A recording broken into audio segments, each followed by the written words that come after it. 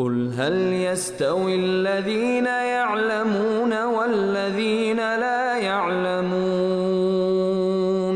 انما يتذكر اولو الالباب.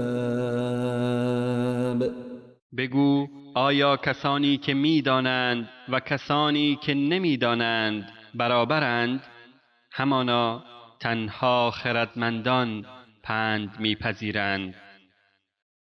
و امیدواریم ما را توفیقی عنایت فرماید که از فرصتها، مخصوصاً فرصت بزرگ ماه مبارک رمضان، نهایت استفاده رو اونگونه که شایسته و بایسته هست ببریم. در حدیثی نبی اکرم صلی الله علیه و سلم می‌فرماید نعمتان مغبون فیهما کثیر من الناس الصحة والفراغ. دو نعمتند که بیشترین مردم، کثیر من الناس، بسیاری از مردم در اون ضرر می کنند، دچار خسران می شوند. یکی نعمت سلامتی است و دومی نعمت فراغت، فرصت، وقت، زمان. و انسان زیرک و انسان عاقل و فهمیده کسی است که از فرصتها برای پیشرفتها و توشه گرفتن استفاده می کند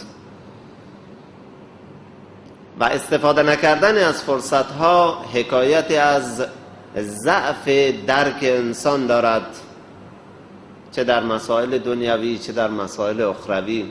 ولی متاسفانه باید گفت ما اونگونه که حدیث می‌فرماید درصدی از مسائل دنیوی، فرصت‌های دنیوی رو غنیمت می‌شمریم و بسیاریش را نه، و در مسائل اخروی که اکثرا ضعیفیم، در مسائل دنیوی گهگاهی استفاده‌هایی می‌کنیم. خداوند بهمون فرصت میده برای پیشرفت تو مسائل دنیوی، مسائل تجاری، مسائل علمی دنیا، پیشرفت‌ها، صنعت، تکنولوژی و غیره. گهگاهی استفاده میکنیم، گهگاهی هم نه، که البته شرقی ها معمولا کم وقت میذارن، بیشتر وقتشون تو تعطیلات و تنبلی ها میگذره و همین سبب شده که دیگرون از ما جلو بزنند و متاسفانه بسیاری از جوانها این را به گردن مسلمان بودن ماها میندازند، در حالی که دین ما سرتاسر توصیه به استفاده از وقت و فرصته. فرصت بزرگ رمضان فرصتی است که خداوند در اختیار ما قرار داده، نصیب ما کرده که از اون استفاده بکنیم. و خداوند تبارک و تعالی درباره روزه می‌فرماید یا ایها الذین آمنوا کتب علیکم الصیام کما کتب علی الذین من قبلکم لعلکم تتقون. خیلی جالبه. یا ایها الذین آمنو، ای مسلمون ها، ای کسانی که ایمان آوردید. چون این فرصت برای هر کسی نیست، خاص کسانی است که مؤمنند، ایمان آورده‌اند. کتب علیکم الصیام، فرصت روزه و رمضان بر شما فرض شده. کتب علیکم الصیام، روزه بر شما فرض شده. کما کتب علی الذین من قبلکم، چنانچه بر امتهای پیشین هم فرض شده. یعنی این فرصت خاص مسلمانهای امت محمد مصطفی صلی الله علیه و سلم نیست، بلکه این فرصت برای امتهای گذشته هم بوده. حالا شکل و وضعیت و روزهاش متفاوت بوده. لعلکم تتقون، باشد که شما رستگار شوید، باشد که شما به تقوا برسید. لعلکم تتقون، باشد که متقی شوید. من فکر میکنم اگر به این آیه فکر کنیم به خیلی مفهوما میرسیم و خیلی سوالها و استفهامها برای ما مطرح میشود که باید به دنبال جوابش بریم. یکی از اون سوالها اینه لعلکم تتقون، باشد که یا امید است که در نتیجه صیام شما به تقوا برسید. یکی از صفات انسان متقی و به تقوا رسیده روزه گرفتن است. شما وقتی میگید کسی متقی است یعنی چی؟ چه صفاتی داره؟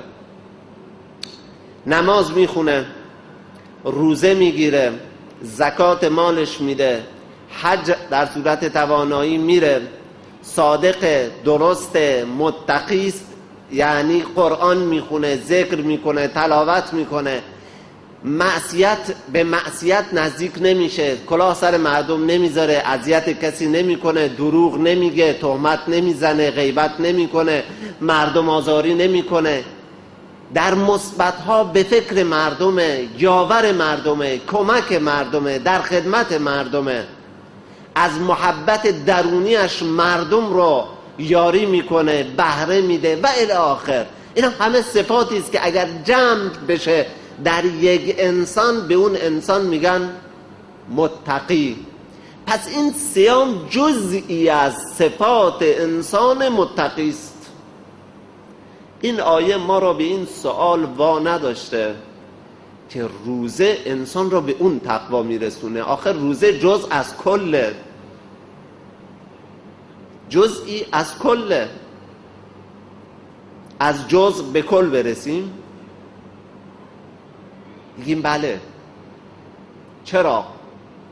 باید تو آیات و احادیث دیگه بگردیم دنبال جواب این. شهر رمضان الذی انزل فیه القرآن هدی للناس و بینات من الهدی والفرقان. خداوند درباره رمضان میفرماید چی؟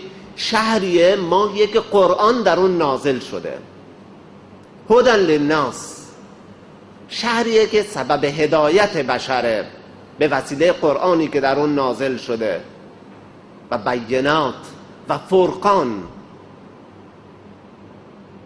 در حدیث دیگه میفرماید من صام رمضان ایمانا و احتسابا غفر له ما تقدم من ذنبه. کسی که ماه رمضان رو روزه بگیره ایمانا و احتسابا، از روی ایمان و اعتقاد، و احتسابا و حفظ نفس، محاسبه نفس، غفر له ما تقدم من ذنبه، گناهان گذشتهش بخشیده میشه. نه 1 سال و 1 روز و 2 سال. غفر له ما تقدم من ذنبه. ما تقدم یعنی گذشته، اون چه پشت سر ماست. اگر 80 سال سنمونه، اون 65 سالی که گناه کردیم از 15 سالگی خدا به وسیله روزه ما میبخشه. خیلی عجیبه نه؟ فقط روزه 1 ماه سبب گناه همه میشه. و یا احادیث فراوانی دیگه که تو این باب داریم. الصوم لی و انا اجزی به، خیلی زیبا. خداوند درباره عبادات بحث میکنه، درباره این که در روزه چه کارها باید بکنیم چه نکنیم. بعد میفرماد الصوم لی و انا اجزی به، روزه مال منه، برای منه، خاص منه، غیری دخیل نیست و منم که جزاش میدم. در حالی که درباره دیگر عبادات به 10 امثال میفرماید. در اجر نسبت به اعمال دیگه میگه چی؟ به 10 امثالها الی 700 ضعف الی اضعاف کثیره. اما اینجا میفرماید و انا اجزی به، چقدرش خدا میدونه، حد و مرز نداره درباره اجر. چرا؟ چون قرار این روزه‌ای بشه که گناهان سالهای سال ببخشه.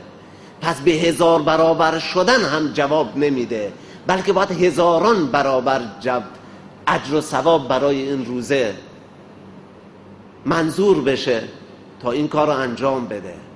برمیگردیم به خود آیه کتب علیکم الصیام.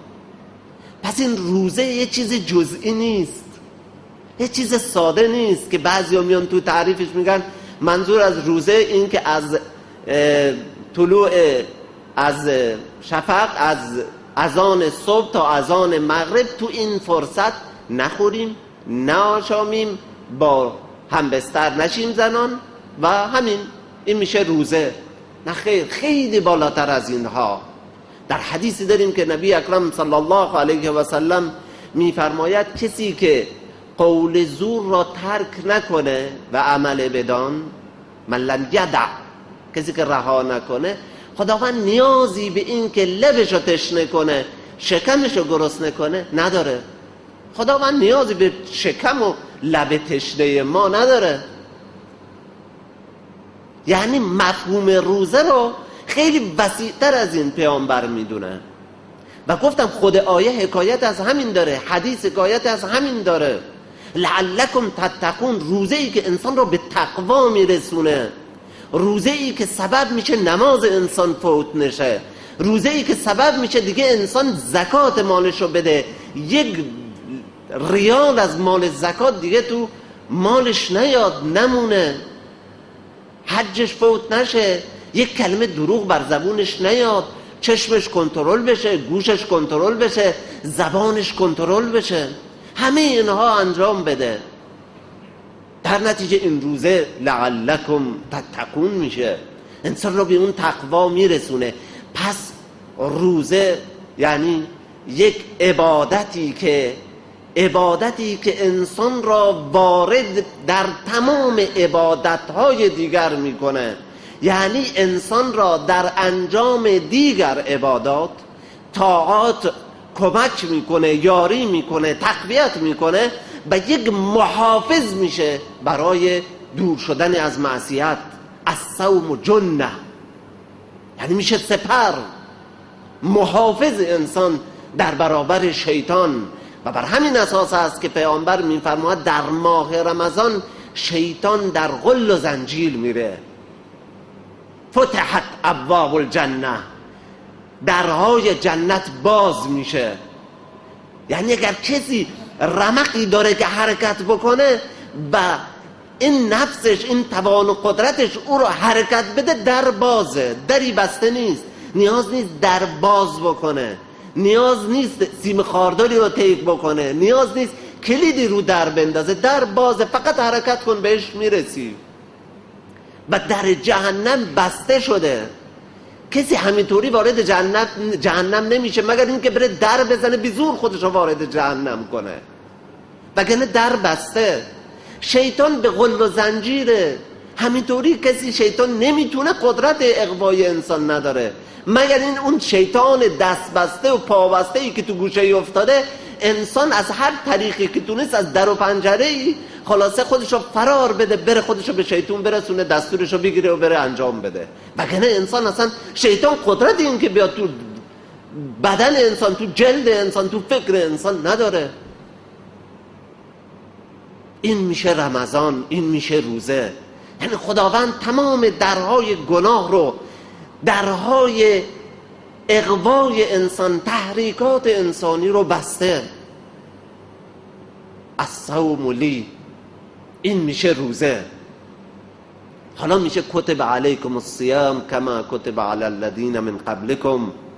این کار رو انجام دادم، فرض کردم بر شما که در نتیجه یک ماه روزه گرفتن، ایام معدودات، در ایام معدوده 29 یا 30 روزی ماه رمضان شما بتونید خودتون را تقویت کنید، خودتون را عادت بدید، از این فرصت رحمت خداوند استفاده کنید تا به تقوا برسید، تا عادتهای گناه از خودتون دور بکنید، نفستون را عادت به اطاعت از خدا بدید، چشمتون را عادت به دیدن خوبی ها بدید، نه دیدن محرمات.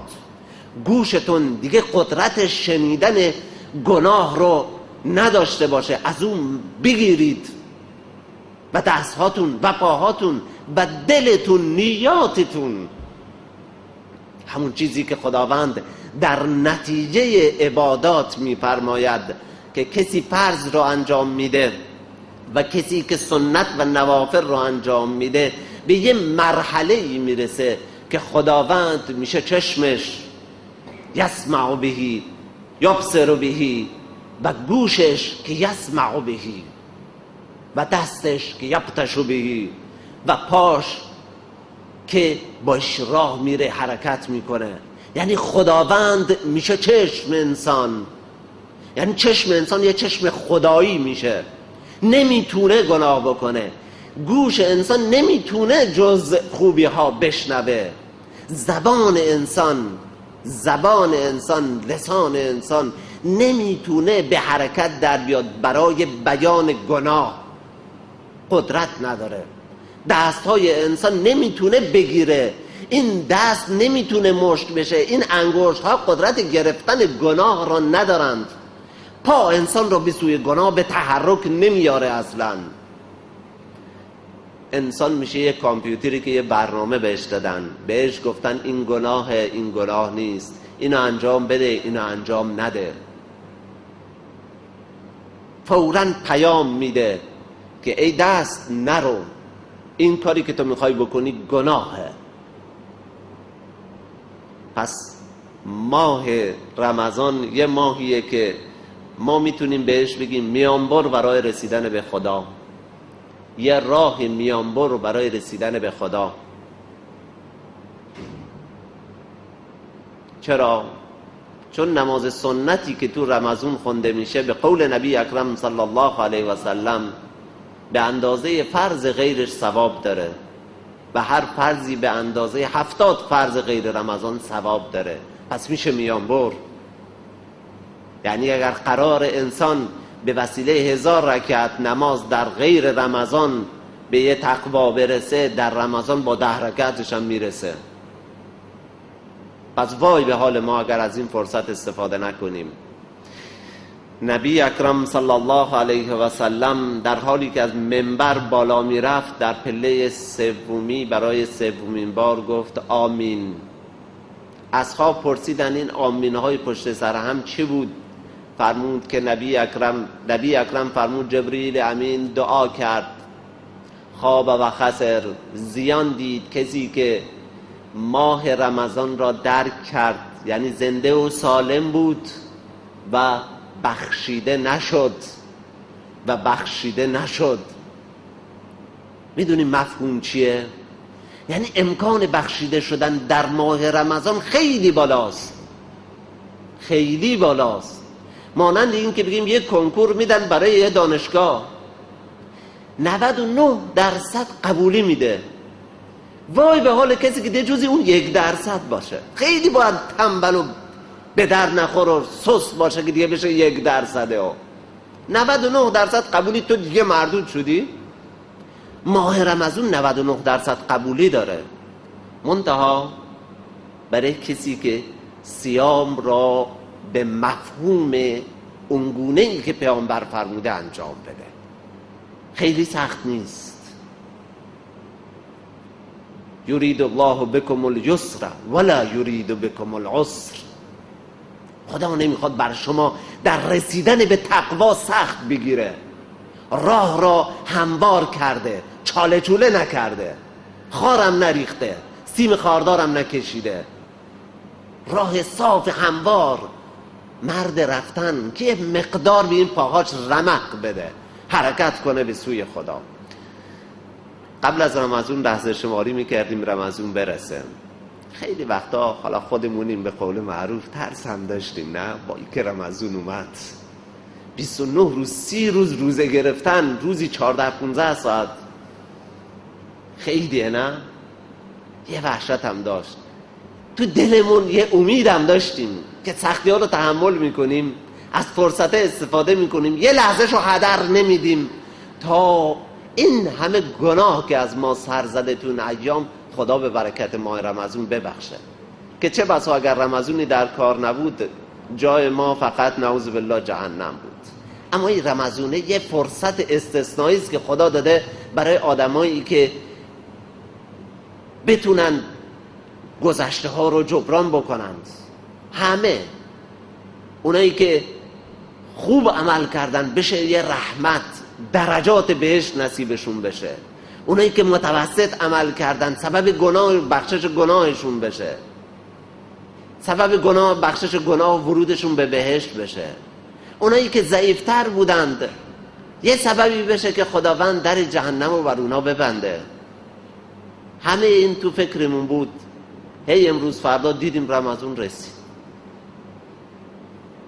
بعد دیشب یه لحظه به خودم اومدم دیدم که فردا یعنی امروزی که گذشت یه هفته تموم شد. 7 روز ما روزه ایم. 7 روز ما روزه ایم. فکر کردم ای بابا یه نگاهی پشت سرمون بندازیم چه کار کردیم. داره میره، تموم میشه، انتها مشخصه، چند روز دیگه بیشتر نیست. یه کاری بکنیم، یه حرکتی دیگه، یه تجدید نظر، یه استفاده دیگه از فرصت، یه برنامه ریزی دیگه.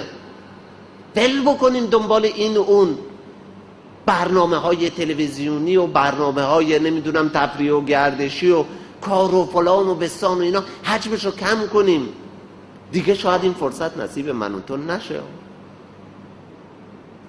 خیلی فکر آینده رمضان دیگه و فرصتی دیگه نباشه. ما نگاهی به جوونیمون هم نکنیم. حالا ما که پیریم، شما که جوونید میگن نیازم فکر نکنید. معلوم نیست، واقعا معلوم نیست. یه نگاهی به دور و بر اون بندازیم و عبرت بگیریم. خداوند بهمون توفیق بده که بندگان خالص خدا باشیم، اونطوری که شایسته و بایسته هست عبادت خدا را بکنیم. از فرصتها اونطوری که لازمه، اونطوری که شایسته است یه مسلمان استفاده بکنه استفاده بکنیم و این نعمت رو با عمل کردن به قرآن و سنت شاکر بشیم. شکر این نعمت رو با عمل کردن به قرآن و سنت، نعمت سلامتی، نعمت رمضان، نعمت این همه نعمتهای رزق و روزی که دور و بر ماست. شکممون به کمرمون نچسبیده. نبی اکرم صلی الله علیه و سلم و اصحاب روزه می گرفتن، موقع افطاری هیچ چه نبود که باش افطار کنن، هیچ چه نبود. تا سحر گرسنه می گشتن. سحر با لیوان آب و نهایتا یه دونه دوتا دونه خرما سحری می کردن، روز بعد رو شروع می کردن. انگیزه مهمه، عقیده مهمه. اگر تو بدونی این نمازهای تراویح و قیام چه کارها میکنه، چه آتیشا رو خاموش میکنه، نه 1 ساعت 10 ساعت هم میستی، بذار پاهات ورم بکنه. برای رسیدن به یه جام فوتبال 90 دقیقه تو زمین میدوند. رمق برای آدم نمیمونه، هرچی تو بدنشه میریزه تو زمین فوتبال.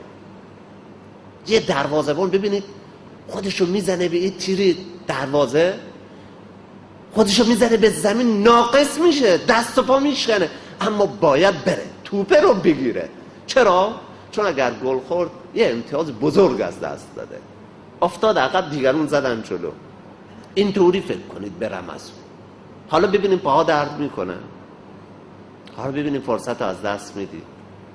خداوند بهمون توفیق بده که از این فرصت نهایت استفاده رو بکنیم. قل هل يستوي الذين يعلمون والذين لا يعلمون